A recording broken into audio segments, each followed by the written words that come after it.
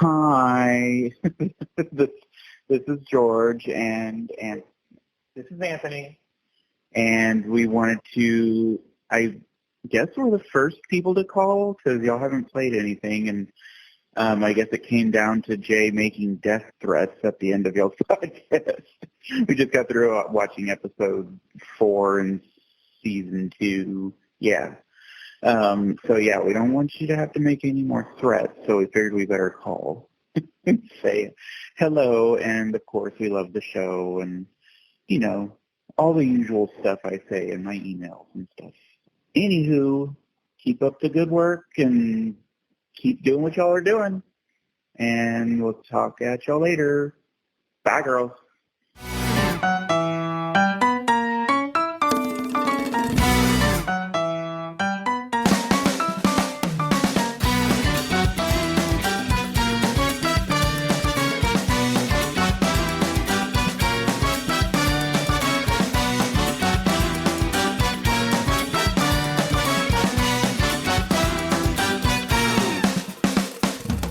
And welcome back. Hi. Hello. Welcome back to Season 2, Episode 5 of Beards and Sundries. 5. It's a 5! 5 episodes. $5. That's right, guys. It's time for yet another lunch break here at Beards and Sundries, the shop where 3 gay men with beards do inventory on a new sundry item in each episode. My name is Jay, and because I saw my shadow on Thursday, you'll have 6 more weeks of celibacy. What a terrible prediction. I'm Anthony, and I'm currently living in the nightmare loop that is American capitalism.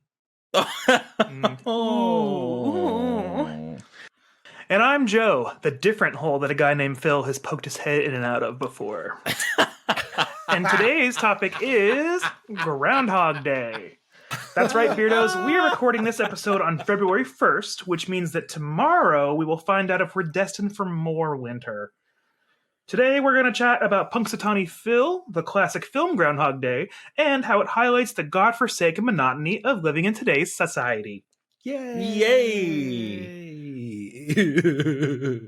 But first, should we comment on our first voicemail that we received? Oh, God. You may have noticed that our intro was not the usual soft open that we usually have. It is, in fact, our very first voicemail from listeners. Hey. Yay! We're so excited. We are so excited to finally see that. Thank you, boys. Thank you very much, George and Anthony, for submitting your voicemail. Anybody else who's listening, go ahead and call us. Leave a voicemail. You might end up at the beginning of the episode. We'd love to hear from you. And if you want to be really funny, we want to laugh at it, so please do it. Yeah, it could be funny. It could be nice. It could be mean. John Riley.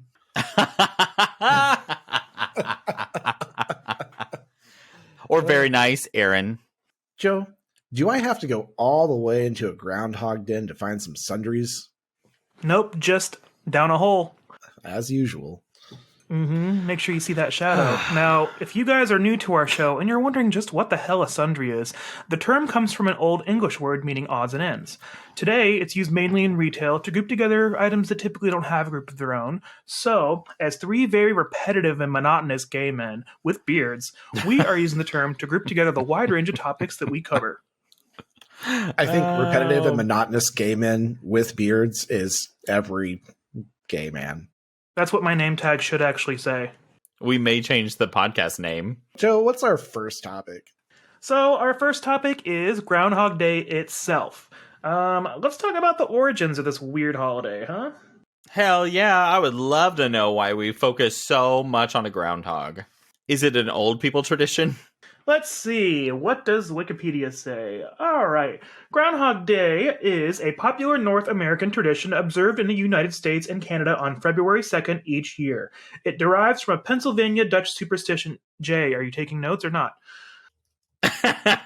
It derives from the Pennsylvania Dutch superstition that if a groundhog emerges from its burrow on this day and sees its shadow due to clear weather, it will retreat to its den and winter will go on for 6 more weeks. If it does not see its shadow because of cloudiness, spring will arrive early. Huh. So the clouds are really the dictator of what happens here. Well, it says that the tradition remains popular in the 21st century, but studies have found no consistent association between a groundhog seeing its shadow and the subsequent arrival time of spring-like weather. What? Do you mean a groundhog seeing its shadow is not a reliable indicator of future weather patterns? I know, it's crazy. What? I thought this was America. The weather lore was brought from German-speaking areas where the badger is the forecasting animal. This appears to be an enhanced version of the lore that clear weather on the Christian festival of Candlemas forebodes a prolonged winter. So does it work in Germany, but not the U.S.? Are our weather predicting mammals not as good here as they are in Germany? Do you think Australia has like Kangaroo Day? Oh, like if a baby kangaroo like pops out of its pouch and sees its shadow? Yeah. That'd be cute. If a kangaroo kickboxes you to death, then you're going to die for that day and the rest of the day. Yeah, if a kangaroo pummels someone on February 2nd. Actually, it's summer there right now, so it'd be 6 more weeks of summer. Oh, God. Could you imagine having Christmas in the hot times? No, that sounds awful. Do they have trapdoor spiders in Australia? I'm sure they do. They've got every version of spider. What the hell is that? They're spiders that burrow into the ground and like wait for their prey to come along, and they like pop up out of the trapdoor. Oh, yeah, like, I've seen and those. pull And them then, in. Yeah. So that's their version of a groundhog, I'm guessing. I vividly remember that on 8-Legged Freaks. I never watched that movie. Oh, it's terrible, but I vividly remember that scene. You've never watched that movie? It's awful. Yeah, well, it looks awful.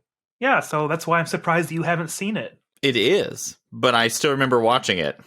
And David Arquette's there for some reason. I'm also seeing some of the stats here with Punxsutawney Phil. He has predicted 103 forecasts for winter and just 17 for an early spring, which is weird to me because how would he not see his shadow with like all the lights on him? So, what's the accuracy rate here for Phil? How's he doing? I have a question also, whenever you're done finding the answer to this.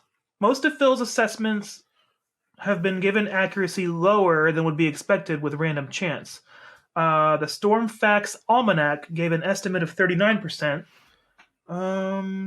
That's what I'm seeing too, actually. It's 39%, which, given he has, true or false modality, like, that's bad, Phil. You're doing bad at predicting the weather. That leads me to my next question. Is Punxsutawney the same groundhog until, he dies and then they find a new one? Or are we just every year getting a random groundhog? Who interviews these groundhogs? Who's finding out what their credentials are in meteorology? Exactly. Someone who needs to do a better job. If they ask groundhogs that, say, for example, are exactly like us, yeah, that statistic makes sense. But if they're getting an educated groundhog... I love that the implication is that we're stupid. It's true. but well, everyone listening to this podcast will be like, yeah, that makes sense. I don't know. You want to hear something really stupid and really Caucasian, so the same thing. The event is based upon a communal, lighthearted suspension of disbelief. It's organized by the Inner Circle, recognizable from their top hats and tuxedos, Illuminati, who ostensibly communicate with Phil to receive his prognostication. What? How? White. How did they communicate with the groundhog? Text message. The vice president of the Inner Circle prepares 2 scrolls in advance of the actual ceremony, one proclaiming 6 more weeks of winter and one proclaiming an early spring. At daybreak on February 2nd, Punxsutawney Phil awakens from his burrow on Gobbler's Knob and is helped to the top of the stump by his handlers and purportedly explains to the president of the Inner Circle in a language known as Groundhogese whether he has seen his shadow. The president of the Inner Circle, the only person able to understand Groundhogese through his possession of an ancient acacia wood cane, then interprets Phil's message and directs the vice president to read the proper scroll to the crowd gathered on Gobbler's Knob. And the masses of followers with a PH tuned into live broadcast around the world I can't tell you how many times I've gathered on Gobbler's Knob, and I have failed to predict winter. So maybe that's what's wrong. I can't tell you how many times I'm gobbled on gatherers. At Gobbler's Knob. Also, let's talk about how colonialist it is to call the groundhog language groundhogese. We use the English word for what we call them to name their language. I somehow doubt that's what Punxsutawney Phil actually speaks. How embarrassing. It's like we don't know anything around here. Oh, Jay, to answer your question from earlier, according to the lore, there is only one Phil, and all other groundhogs are imposters. It is claimed that this one groundhog has lived to make weather prognostications since 1886, sustained by drinks of groundhog punch, vodka, or elixir of life, administered at the annual groundhog picnic in the fall. The lifespan of a groundhog in the wild is roughly 6 years, so... This is specifically why I hate traditions like that, is because we make up absolute bold-faced lies, and we're telling people, I'm like, we have this magic groundhog that does everything for us, and he never dies.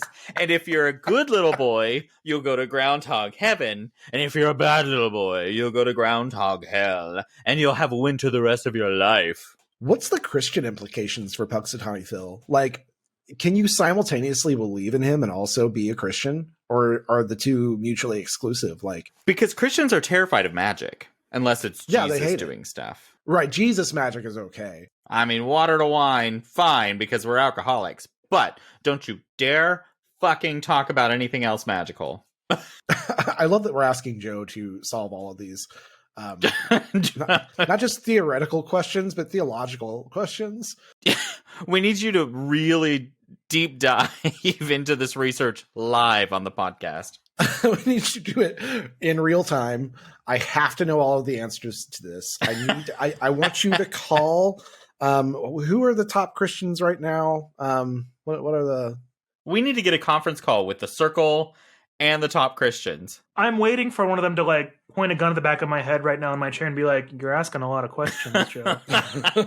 You're getting really involved. Is the inner circle like all of the people from holidays? So like Santa Claus, the Easter Bunny, a turkey. No. Like, is that the inner circle? I think it's just a bunch of old white men. I'm looking at this right the fuck now. And I shit you not, every single one of these men is the whitest man I've ever seen. Hey, I don't know. You called me super white the other day when I told you my 23andMe results. I mean... Okay, let's name your 23andMe results live right now since you made a point to point it out. Let me open it and really break down my stats. Now, listeners, after Jay reads this out on air to you, you can decide if he belongs in the inner circle with his little fucking tuxedo, with his little fucking bow tie, and his little fucking top hat, doing crazy groundhog prediction shit. I really believe that he does have a little top hat. First of all, he's white enough to have done a 23andMe, which is a pretty, bad way to kick off. Well, they were having a Black Friday sale back on Black Friday, so I submitted it. He bought his 23andMe on Black Friday, which is even more white. I don't even have to be a geneticist to predict how white he's going to be. Oh, okay, get ready. All right, I am... Let's summarize it as I am 99.8% European. What? And I am 65.5% of French and German. I am 26% British and Irish. I am 3.5% Scandinavian and 4.7% broadly Northwestern European. And then broadly Northwestern European. I am 0.1%. I don't even know how to pronounce this. I'm just going to say it. I am Ashkenazi Jew. Thank you. You're right. I don't even know how to pronounce it. Before you messed up your own people's words. God, Jay. Yeah, so, hey, be nice. Remember that we suffered. Who? the French under Marie Antoinette, who you are in fact related to, as you found out by your 23andMe results. So you can't even claim to be oppressed largely by your people because you were the one oppressing them. I know. I was like, I like how I'm an oppressor and the oppressed. I just, the best of both worlds, I don't think I told you, but I share I have 31% more Neanderthal genes in me than other 23andMe people. That actually checks. 100%. I believe that. So anyways, yeah, I am white. White. And You're whiter than the inner circle. I just wanted to reference how white I am because it's bad. It's really bad. I didn't have to do anything, and I am now a part of the inner circle. Didn't have to do shit. Wow, you really are white. He got a melanoma just checking those results.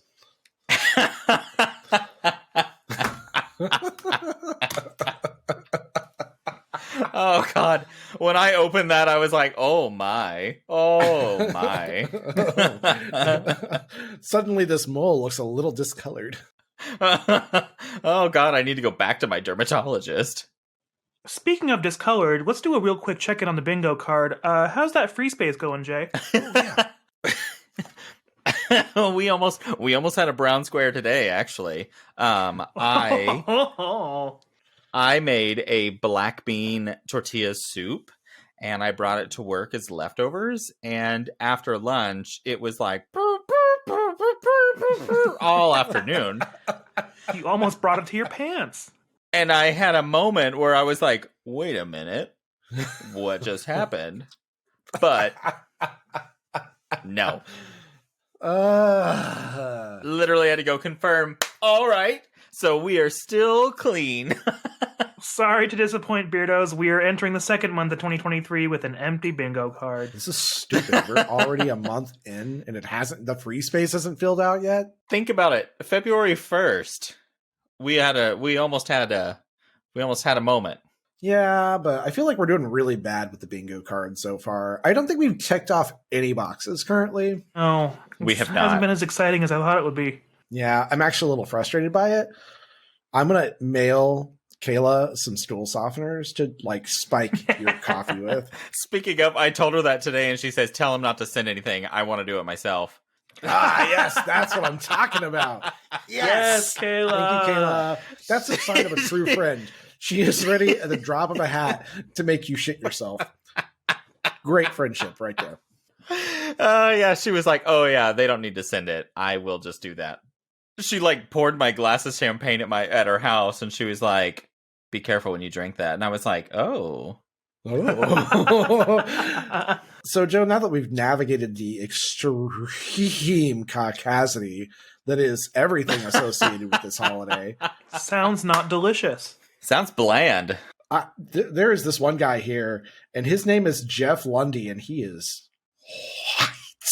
white. I encourage you guys to look this up. You go to groundhog.org/inner-circle and just see what I'm talking about. I mean, it's worth a moment of your time. Groundhog Day. No, groundhog.org. .org? Yeah, .org. This is a 501c3. What is it about a top hat that just makes you look like a pompous idiot? Monopoly, the board game. David Gigliotti could be okay if he would take off the top hat, except his top hat looks like he got in a fight. It looks terrible. Yeah, he looks like he's been in a few fights, and I'm betting they all happened at an Applebee's at 2 a.m.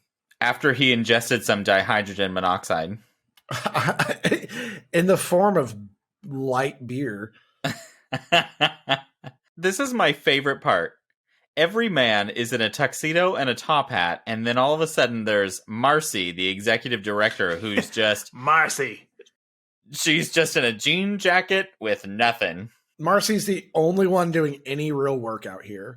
I want to take this moment to recognize that Marcy also is the executive director, and then besides, the president, which is the shingle shaker, and the vice president as the moonshine, and the fair weather man, the treasurer sky painter, the handler, the rainmaker, all of these names, chief healthman, iceman, thunder conductor.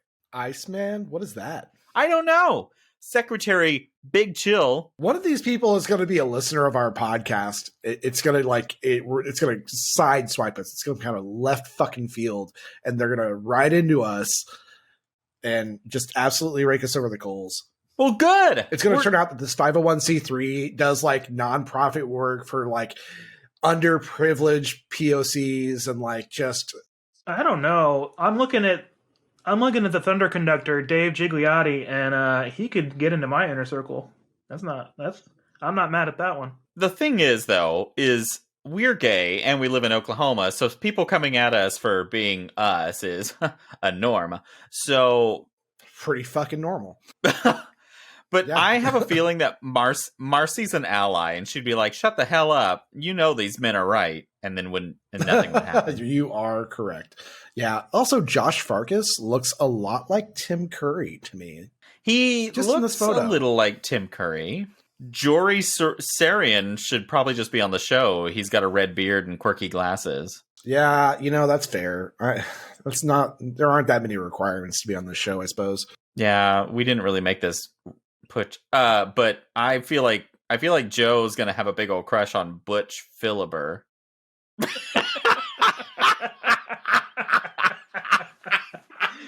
Hey, his name is Iceman, okay?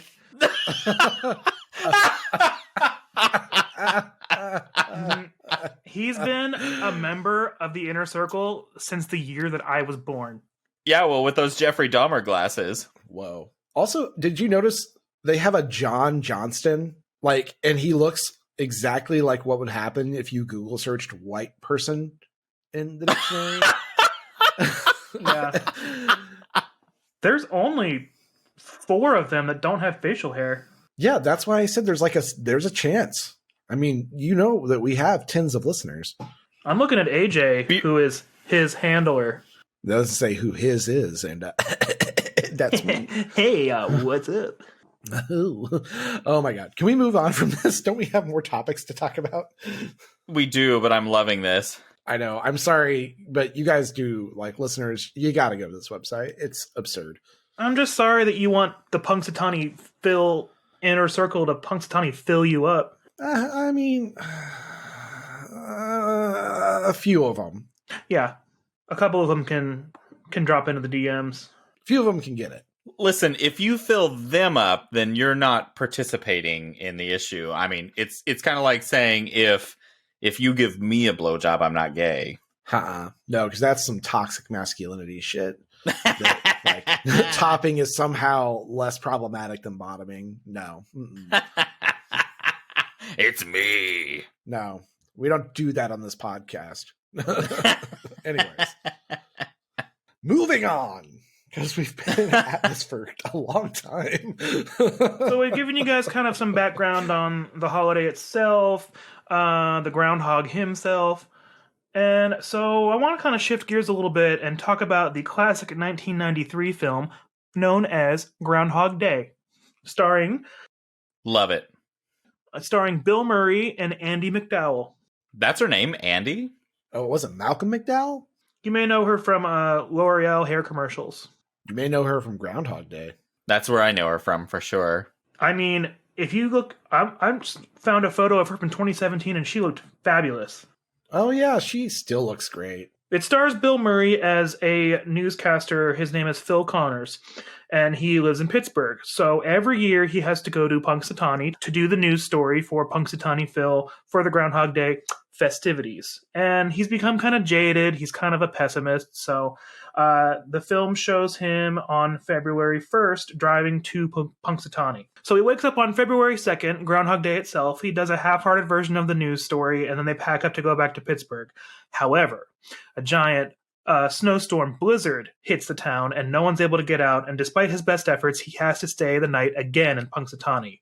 The next day, he wakes up to "I Got You, Babe" by Sonny and Cher on the radio, and he finds out that it is February 2nd again. So he kind of is confused. He wanders around the town and he encounters things the same as he did the day before. It still says it's Groundhog Day. The people at his bed and breakfast are still talking like it's Groundhog Day. And then he tries to break the loop. He tries to get out of town, but he's again unsuccessful. And then he finds out that every single morning he wakes up and it's February 2nd and the same events occur over and over and over again. He tries to confide in his coworker Rita, and she's kind of not really believing it because she knows Phil as kind of the pessimist and downer, and she's like, oh, this is classic him. He's such an asshole, whatever. But then over the course of the film, he finally betters his ways and learns a lot of lessons, and then in the end, spoiler alert, sorry, in the end they actually end up together, and he breaks the chain because he becomes a better person, and then one morning he wakes up and it's February 3rd, and then he breaks the curse.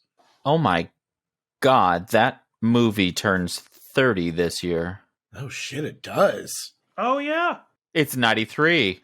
Holy shit. Also, I'm kind of disappointed that we did not drink, even though I can't stand this. On the show, we should have opened with drinking sweet vermouth on the rocks with a twist, because that was her favorite drink. I mean, I could do it, but I'm not a sweet vermouth person. I would choke it down, but I really do not enjoy vermouth. I've had worse. But let this be a lesson to you, listeners, that you should never experience work burnout. If you just go on and be happy, you'll be a better person and you can get out of the loop. You'll work the rest of your life. Yeah, guys, it really does turn 30 this year. It came out February 4th, so if you're listening to the show today, came out yesterday. Sorry, Jay, I interrupted you earlier. What were you saying? I was just saying that I don't like gin, but there's a lot of mixed drinks that I actually enjoyed in. So I'm sure that there's something vermouth is mixed in that I enjoy, but if it's not mixed properly, I hate it. Well, you could always make you a traditional gin martini with gin and vermouth. Ugh. I'm a Fringe 75 freak, unless you make it bad. Oh, but a good Fringe 75? I thought you were a Jewish freak, What did you just call him, a Jewish freak? according to his 23andMe results. Oh my god. Wow. Wow, Joe. Wow. I feel attacked. Oh, please tell me what you feel as a white man. He's 0.1% Ashkenazi Jew. Yeah, you got to be really nice to me now. You can't be mean. So what is the exact moral of this film? Because clearly, I guess in 1993, I could see why. You're like, oh, this guy's cranky. He's not very happy. He should get happier. And that's kind of what the point of the film is that he needs to cheer up a little bit, and then life will be better. And what exactly is he supposed to be finding repeating this day? Well, I mean, basically he just becomes a better person because he's kind of an asshole in the beginning. And why did we pick Groundhog Day? Why couldn't it have been like Easter or 4th of July? And how does he become a better person? Does he learn another language? Does he get his PhD? He does. He actually learns French and learns how to play piano. Oh, that's right. I forgot about that. Pro tip, I guess if you get stuck in an infinite loop, what a great time to teach yourself some life skills. Because I do really love how he shows up to the piano teacher constantly and then he walks in like after several lessons, which you kind of just don't really see that progression. And you walk in and see him just like playing like jazz. And do you remember that part at all? No, it's been forever since I've seen this film. I love that. I love that movie, honestly. I don't know. It's been a while since I've seen the Groundhog Day movie, and maybe I need to watch it again. Listeners, if I'm just a little bitter and jaded, maybe you can send me into a Groundhog Day loop tomorrow, and I'll have learned my lesson by the time this podcast airs. And I hope you wake up to Sharon Sunny. I got you, babe. I hope I don't. I don't even have that set on my alarm. It just has like some generic twinkly tones because I can't wake up to harsh alarms. I'm going to send it in the morning. Okay, so I dug in a little bit here, and it says the original idea for Groundhog Day came to writer Danny Rubin in 1990. While waiting in a theater for a film to start, he was reading Anne Rice's book, The Vampire Lestat. Is that right, Anthony? Yep, that is correct. Rubin began musing about vampiric immortality and what one would do if their time was limitless. He began work on his idea of a man changing over eternal life, but quickly realized that this idea was impractical because of the expense of depicting historical and future events. So, he opened a calendar and picked the nearest holiday, February 2nd, Groundhog Day. This is Danny Rubin, right? Yes. I love the practicality of a Hollywood writer who says, I want to write this, but the budget. So he saw Groundhog Day as a date with story potential because it was a recognized holiday without much widespread attention at the time. Rubin believed that people were vaguely aware of the holiday. Setting the story in Punxsutawney provided a small area in which to trap the main character, Phil Connors, while reporting on the event gave the character a reason to visit in the first place. He did struggle to establish a cause for the time loop. He considered these methods interchangeable and felt the cause was unimportant could detract from the story elements he wanted to focus on, which I disagree with. I wanted to know why. Yeah, I don't like when you stray away from shit because I'm going to question everything. You need to fill in every answer for me, or else I'm going to be like, what the fuck's wrong with you? So I'm going to disagree on that. I don't think that when it comes to fantasy in any version, you don't have to answer every question. Sometimes the answer is shit just happens. But when shit just happens to me, I want to understand it so I can prevent it from happening again. Some of the time loops in the film were dedicated to Phil seeing how far he could get outside of Punxsutawney. Inevitably, he always returned to the town. The script focused much more on Phil's loneliness. He breaks the loop only after realizing that there are other lonely people and that he can do good deeds to make them happier. The original ending also had a twist. When Phil breaks his time loop and confesses his love to Rita, the perspective then switches to Rita. She rejects Phil's advance because she's not ready for love, and then she gets trapped in a time loop of her own. My God. So their goal was to make them fall in love. That's it. So the moral of the story is that these two people had to get together. So I think, Jay, the answer you're looking for here is that they ultimately had to get together to make sure that the time stream stayed intact, because otherwise it would have shattered and ruined our reality and all other realities at the same time. I wonder who I should have been with to make me not feel stuck in this loop of life. It also says here that the duration of Phil's real-time entrapment in the time loop has been the subject of much discussion. Let's see here. A blogger estimated that the actual length would be approximately 9 years. I thought it ended up being something insane. Like he was in there for like tens, if not hundreds of years. I literally thought it was just weeks. After the blogger did that approximation, Harold Ramis, the director, disputed, and he replied that it takes at least 10 years to become good at any activity like that, such as Phil learning how to ice sculpt and speak French. So allotting for downtime and misguided years he spent, it had to be more like 30 or 40 years. And in Danny Rubin's original concept draft for the film, Phil himself estimates that he has been trapped for between 70 and 80 years because he uses one page of a book each day to measure his passage of time. I had wine at my haircut, and then I'm having wine while recording this, so give my brain a little bit of credit. It's not fully there. But, so he's going decades right now in this endless repeat. He does not age. Everything is repeating as if it's February 2nd of 93 or whatever it's supposed to represent that year, except he continues to retain everything he learns each time. So his mind basically is aging, right? Well, yeah, because if he didn't remember it, then he wouldn't be trapped. Yeah, but then that would pose the question, if his brain is creating new neural pathways, which it would be to train yourself to do things like play the piano, you have to create not only memories, but new neural pathways for things that are reflexive. So you would be basically, your brain hypothetically would be aging in a way because it's proceeding through time while the rest of everything else isn't. Whoa. So technically you could have gotten Alzheimer's. You could have woke up one day with Alzheimer's if that ran in your family. Yep. He could have run into any number of cognition issues. So I see what you're saying. Yeah.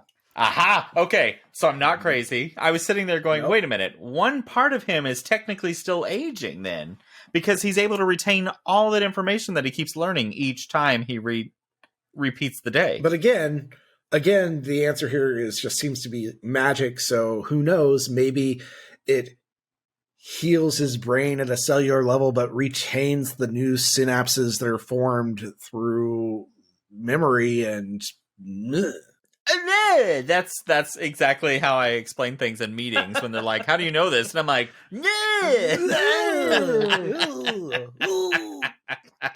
raspberries. Raspberries. So is that it for the movie? I think that's it for the movie. Anybody else's head hurt? No, it's actually great. Well, I have a little bit of groundhog juice to keep me sane. Well, have you guys ever experienced your own Groundhog days? I do pretty much the same thing at work every day. So I guess, in a sense, yes. Working in corporate America sometimes just feels like that anyways, you know? Oh my god, yeah. I read a theory somewhere that deja vu is a feeling that is enhanced whenever one of your eyes sees something just before your other eye does instead of at the same time. That's creative. I never would have thought of that. I could see that. You know, and I don't experience it too much, but I've once in a blue moon been like, oh my god, this is deja vu. You have like a That's So Raven moment, like... Yeah, exactly. And everyone's like, what's wrong, Jay? And I'm like... And they're like, did you fill up the free space, Jay? You make that face that Kristen Wiig makes whenever she's doing the Activia commercial.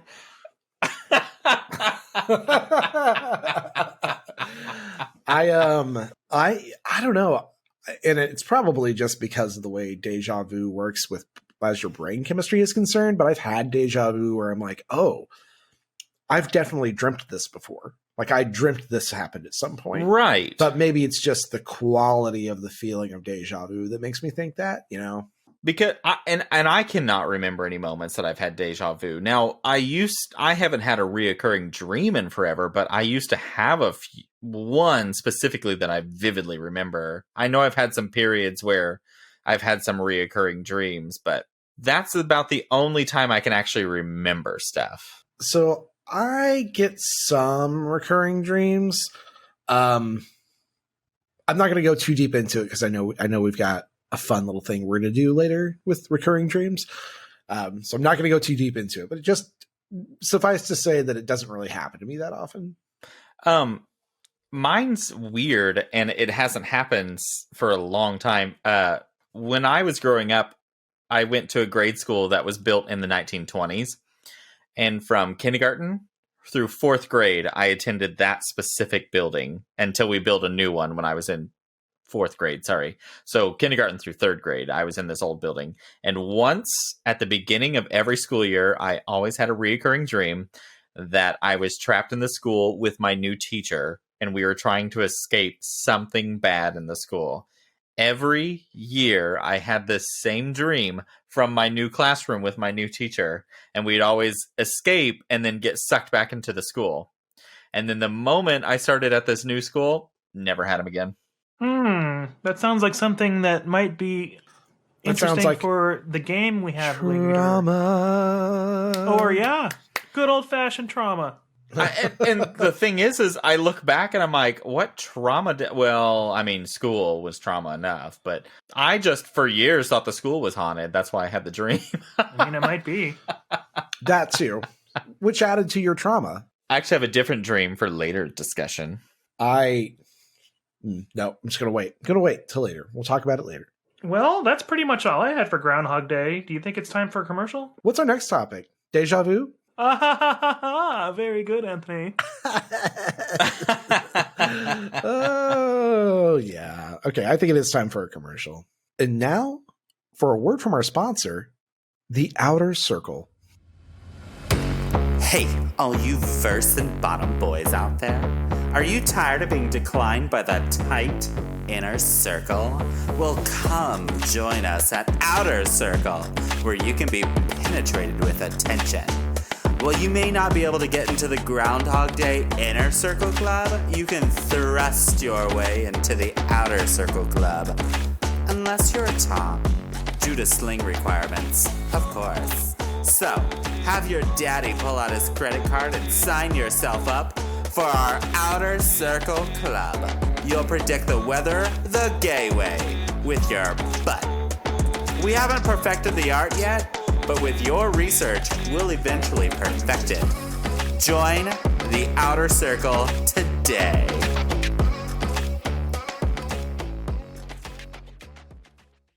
Boy, I just love that Outer Circle.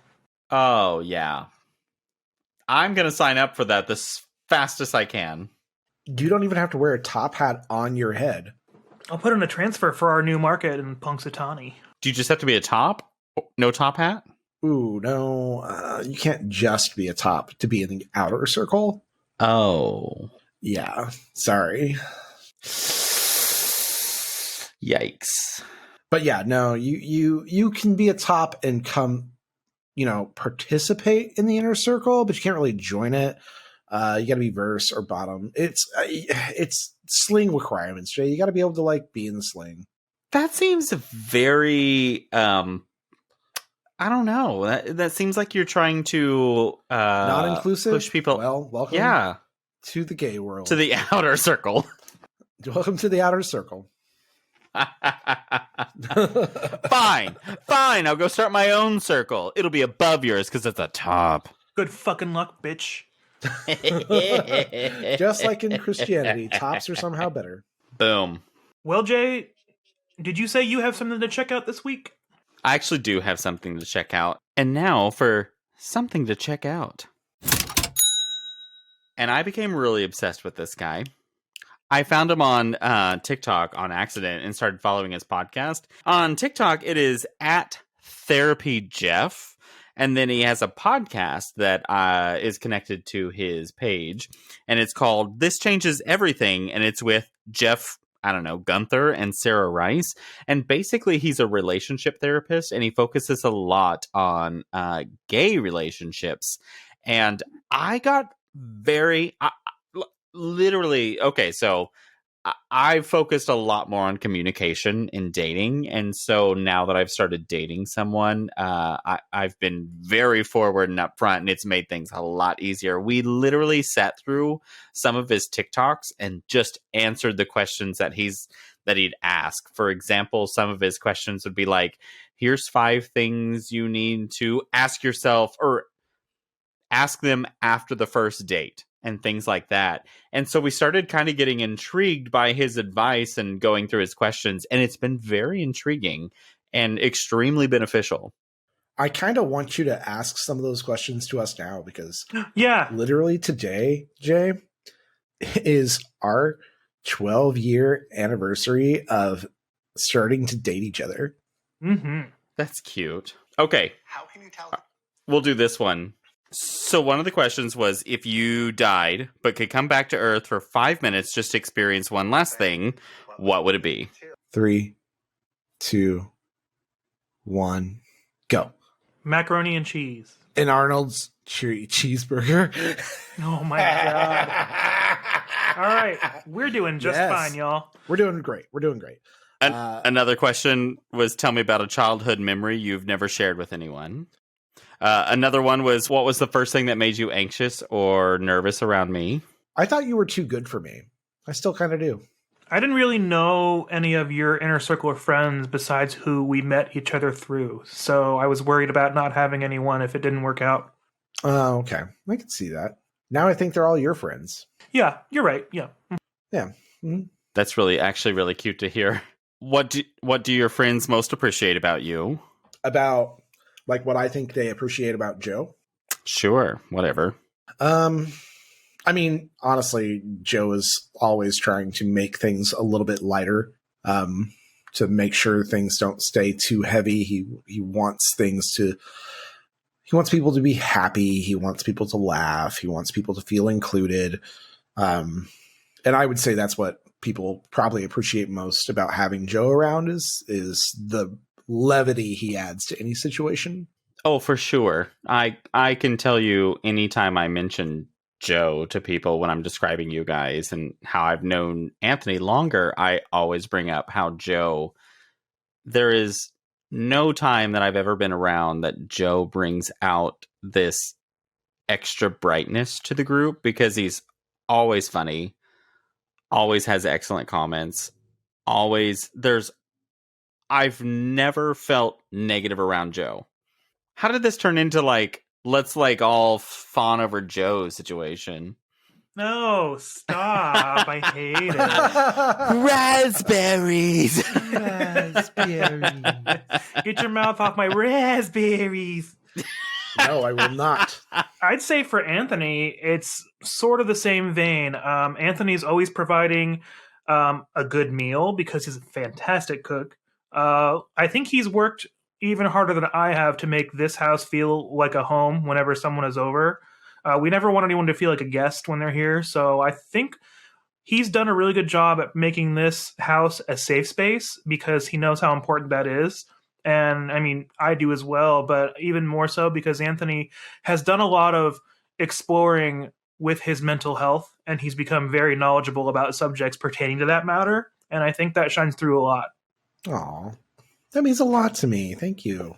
I read a lot of books about mental health because I have a lot of mental health problems. Hey, February, we are reading Think Like a Monk, my friend and I, for our February book challenge, so... Let me know how it goes. If you want another recommendation for another great mental health book, there is a book called The Body Keeps the Score. It actually made me laugh because I told my friend that I said, I think we should read a self-help book.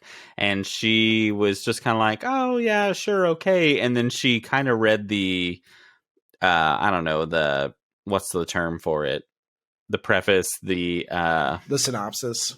Yes, and she was like, I'm actually really hooked. It seems very interesting suddenly. And I was like, ta-da! And I said, his podcasts, which I've mentioned on this podcast before, get me absolutely addicted. My brain gets horny for it. It's called The Body Keeps the Score, and it's by Bessel van der Kolk, who is an actual factual doctor. You can see here. So actual factual. If you're watching the podcast. And it explores how physical and mental trauma affects you over your life, even whenever you don't think it does, even if you can't consciously think about how it could have affected you. Subconsciously, your body sort of tolls up all this trauma in one way, shape, or form over the course of your life. And it's a really great read just because it helps you to kind of step away from the things that have hurt you and look at them from a third-party perspective. So I've been going through that in a lot of different ways right now, where I stop and look at my situation. I'm like, why am I reacting this way? Why am I putting this dismissive personality on situations where I'm like, separate yourself to protect yourself? And I'm like, what reasons is that happening? And I start looking back at how I was raised and things like that. And it's weird. It's so weird looking at mental health and finding strange connections like that. So I'm very proud of myself for the health growth that I've had over the past 1 or 2 years. I'm proud of you too, Jay. Why, thank you. Well, Jay, you're doing so well with part 2 of the show this week. I figured we'd let you do the game as well. You cooked up a game for us this week too, right? I kind of did, and it's way different than any of our other games. And I decided that what we would do is take any of our dreams that we've had, like a dream that was very vivid to us, and look on Dream Moods and evaluate them a little bit. Now, can you tell us what Dream Moods is? Dream Moods is a website that I've used before just because I've been very confused about some of my dreams in the past. And what you can do is you can kind of evaluate types of dreams you have and look up, for example, there's a whole section of symbols. And so symbols starting with specific letters. So if you see nachos in your dream, you can actually look up what that might reference. Or if you see any... It means I want nachos. Yeah, pretty much. Or, for example, if you see a table in your dream, it'll break down situations like to see a table in your dream, or to dream that you're setting the table, or to see a round table, or to dream that a table is walking or moving. To see these things in your dream, you can at least you can kind of evaluate that specific part of the dream and get an idea of what it represents. And I've used it before on someone, and it was really interesting because she would go through a dream and I'd pinpoint kind of specific parts of her dreams and read what it meant. And she was like, oh my God, that is exactly how I'm feeling in real life right now. And so it was a little bit more interesting to me. I can evaluate other people way better than I can evaluate myself. That's right, guys. So this week, the game kind of is a segue off of something to check out. It's kind of a secondary something to check out, so you can play along at home if you feel like it. Jay, what's this game going to be called? Pure Dream Moods. Yes! Okay, we'll start with Joe. Joe, do you have a dream that you remember that I need to look up? I don't really have a specific one, but what I do have a lot is I have dreams from my college age years. I would have, it still happens to this day sometimes. I'll have a dream where I have not gone to class all semester, or I've gone to class and I don't have any homework assignments to turn in. And I know it probably stems from like some kind of anxiety or something, neurological like that. But just a lot of time it's like, oh my God, I haven't gone to class all semester. I'm going to fail. And then I wake up like panicked because, oh my God, I'm not going to pass geology because I haven't gone to class all semester. And then I remember, oh, I'm about to turn 35 and I haven't gone to college in 12 years. Okay, so I looked up the word failure, and to dream of failure signifies fears of inadequacy. Thank you so very much.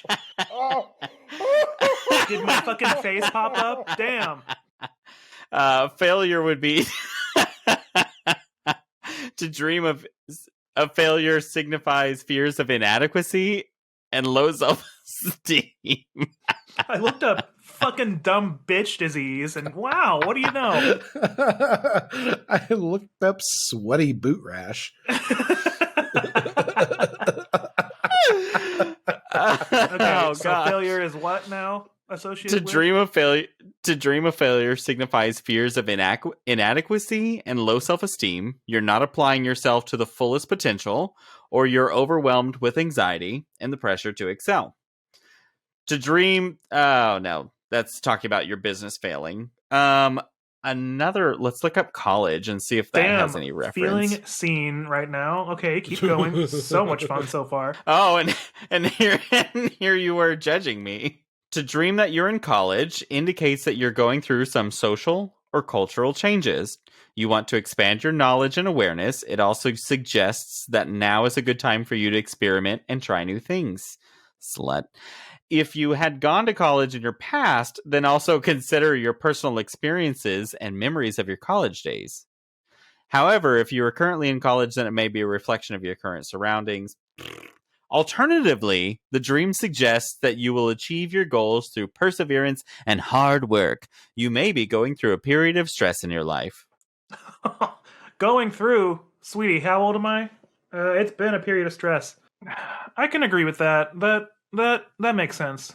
I was trying to see if they had something on reoccurring dreams, but that seems like something I could just Google.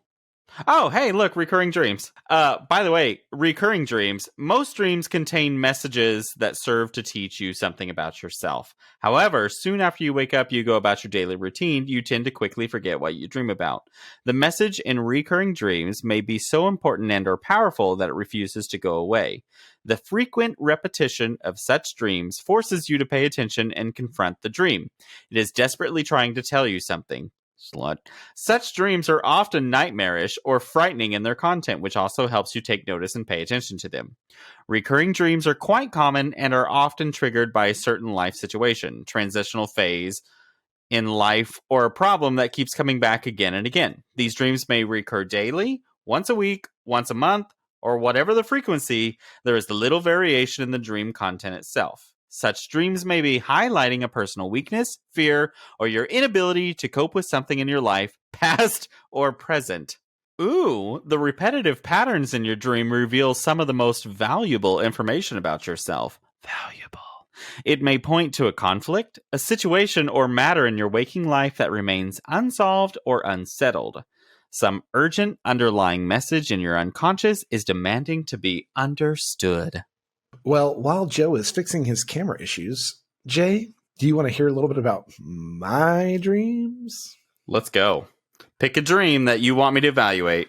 I purposely didn't tell you this before we started. No, I get it. And I purposely didn't say it earlier. Because it's terribly embarrassing. Because I wanted you to have real time. No, it's not embarrassing. But Joe can tell you, I have fucking insane dreams. My dreams are out of this goddamn world. Bring it. Bring a good one. Absolutely. I'll use my last night's dream. Oh, wow. Recent. Well, I'm a lucid dreamer most of the time. So usually when I dream, I'm aware that I'm dreaming and I give myself some sort of like superpower to help me navigate the dream. Fuck, wishing I could do that. Last night's dream, I dreamt that we were hanging out with two friends that we don't normally actually hang out with on a regular basis. They're more like acquaintances than they are friends. We were in said friend's parents' basement.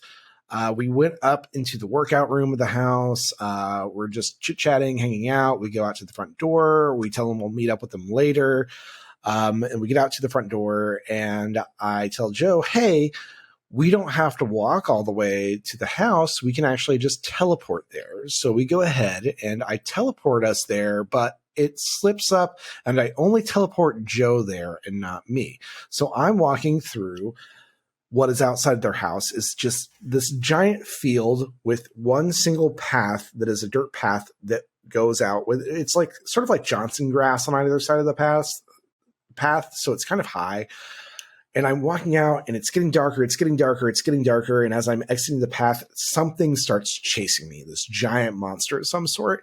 And as I escape the path, the darkness of the path, out into the light of the arc sodium lamps that are outside of it, I turn around and there's a giant monster there. And when I say giant, I would say probably about 4 times my height, about like a good 20 feet wide. It's got big, like prehensile arms and fingers and whatnot. It's trying to grab me, but I threaten it by saying, hey, if you do this here, now people will see you and they'll come catch you and come get you. So it retreats back into the darkness. And then I teleport myself back to the house, which turns out to be my childhood home on the corner of Oklahoma Street in Glencoe, Oklahoma.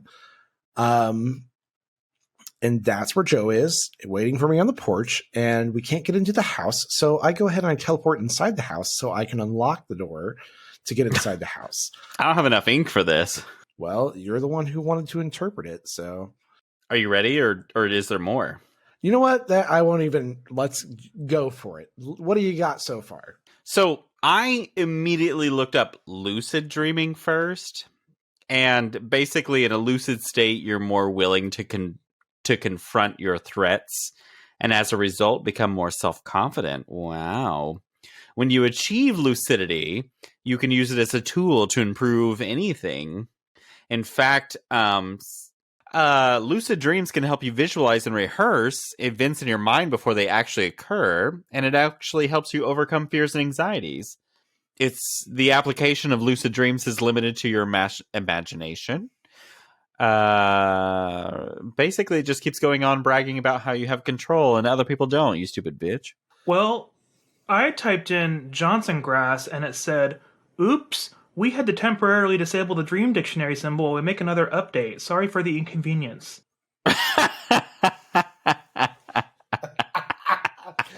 It's all the Johnson grass. That's the problem. Uh, Let me know when you want to know the second half of the dream, because we're only halfway through. I told you. I thought I could find childhood home, but I did see childhood. To dream of your childhood indicates your wish to return to life where you had little responsibility and worries. It represents innocence. Alternatively, it suggests that certain aspects of your childhood has not yet been integrated into your adult personality. Probably also true. I want to look up teleporting. Give me a second. Well, normally I also give myself the power of flight, which I also did later in this dream. Jesus, this is a long dream. To teleport in your dream represents your desires to escape your current situation or to move more faster and easier through it. You may be expressing some frustrations with how your waking life is proceeding and the slow speed that it's moving at. Yeah, that's probably right. That's a big oof. One more thing I want to look up. I want to see if I can find something about a dirt path. because I remember you specifically were focused on that. I can't find anything about a dirt path, but let me look up path really quick and see if it says anything. HI, so path would be down here. To walk through an open path in your dream signifies clarity of thought and peace of mind. It also symbolizes your progress. One more thing I'm going to look up on yours. Field. To see green fields in your dream symbolizes great abundance, freedom, and happiness. You may also be going through a period of personal growth. Alternatively, this dream may simply be an expression for your love of nature. Either of those are true. I love both. There's more about it if you're looking at freshly plowed fields or to see dead and barren fields. Oh, it's freshly plowed, all right. I did look up escaping. To dream that you escape from some place of confinement signifies your need to escape from a restrictive situation or attitude. Alternatively, it suggests that you're refusing to face your problems. You're avoiding the situation instead of confronting it. I do that all the time. I'm actually really fucking good at it. Anyways, all right, Jade, let's hear about your dream and what it signifies. I'm gonna tell you my dream, and you guys can write down the important parts of it that you think I should look up, and then I'll look them up for you. That way you don't have to do it unless you really want to. Are you ready? Yeah. So I actually had this dream not that long ago. It was later last year. And I dreamed that I lived in a little farmhouse, and it was very early in the morning. And I was waking up and getting ready for work. And Did you have power? I did. I was married at the time. And I was looking at my husband, who I could not recognize his face. But I vividly remember he had a smile that absolutely melted my heart. Well, we also had a little baby on the floor that was giving us... that we were very obsessed with. We very much were just enjoying kind of playing with the baby in the morning. And as we were like looking up to look at each other, a storm rolled in and it dropped massive hail. This hail like did damage to our house. But the moment the storm was over, basically, I was like, oh no, this hail tore up our house. And a bunch of local town people came out and immediately started repairing our house. And I was so excited because I got to call work and tell them that I couldn't come in and that I was leaving for vacation the next day. So I basically started my vacation a day early. And that was my dream. And it was a really feel-good dream for me, actually. Like the storm rolled in, but then immediately everyone came out to help. Oh, God, how much time do you have? All right. To see a baby in your dream signifies innocence, warmth, and new beginnings. New beginnings? Babies symbolize something in your own inner nature that is pure, vulnerable, helpless, or uncorrupted. If you dream that the baby is smiling at you, then it suggests that you are experiencing pure joy. You do not have to ask for much to make you happy. They were laying on the floor. We were all three laying on the floor. So I wasn't holding the baby. To see or live on a farm in your dream suggests that you need to develop an aspect of yourself and utilize your potential. You are ready for growth. Oh my God, I feel like I've had so much growth lately.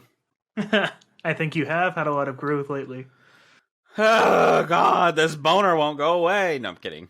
To see a storm in your dream signifies some overwhelming struggle, shock, loss, or catastrophe in your waking life. The storm also represents unexpressed fears or emotions such as anger, rage, turmoil, etc. But on a more positive note, the storm symbolizes your rising spirituality. It may signal rapid changes ahead for you. Which would make sense. Yes. To dream that you take cover in a storm foretells that whatever disturbance or problems are occurring in your life will quickly blow over.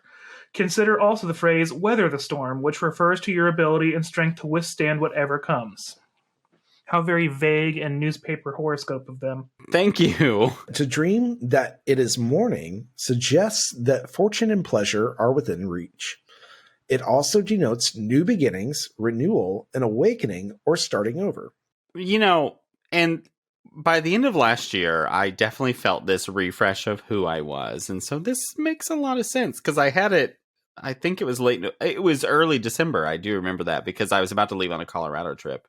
That's why I had the dream. I was so excited to call in for a day, and then I was going to be off the rest of the week for my Colorado trip.